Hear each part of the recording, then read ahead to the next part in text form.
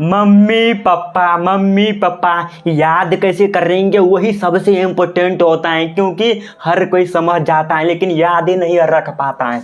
Momentum mummy हो गया और पी से पापा हो गया, पी बराबर होता है एम इंटू भी होता है। भाई हम कैसे समझ पाते हैं यहाँ पर एम ही होगा, ऐसा क्यों होता है, भी होता है, इसका मतलब क्या होता है।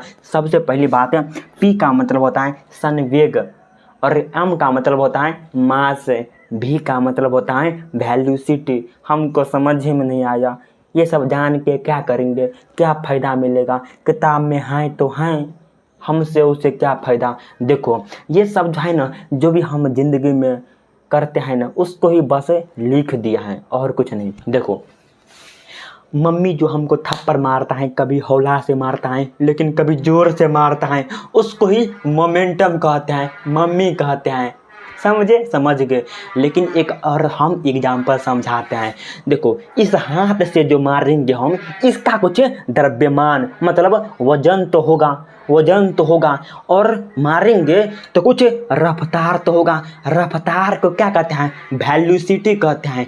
जोर से मारेंगे तो हमारा जो हाथ का जो रफ्तार था, जोर था, और अगर हौला से मारेंगे तो हमारे हाथ का जो रफ्तार था वो कम था। मतलब सीधा सीधी ये है कि हम कोई भी चीज़ें फेंकते हैं या उठाते हैं तो कुछ वजन होता है और कुछ रफ्तार होता है। जोर से उठाते हैं कि कम जोर से उठाते हैं, कुछ ना कुछ उठाते हैं तो दम तो लगता ही है और कुछ वजन तो होता ही है। उसको ही यार मोमेंटम कहते हैं, उसको ही मोमेंटम कहते हैं। और हमारे पास जो पी होता है, पी का मतलब संवेग होता है, एम का मतलब मास होता है, और हमारे पास भी का मतलब, अब यार भी ऐसा नहीं होता है, ऐसा होता है। बी का मतलब वैल्यूसिटी होता है। लेकिन आप कहेंगे हमारे पास जो फोर्स बराबर होता है एम इंटू ई होता है, इसमें क्या होता है, तो आप बराबर फोर्स होता है, एम मतलब मोमेंटम नहीं होता है, एम का मतलब मोमेंटम नहीं होता है, यहाँ पर ही मास ही होता है, मतलब द्रव्यमान होता है।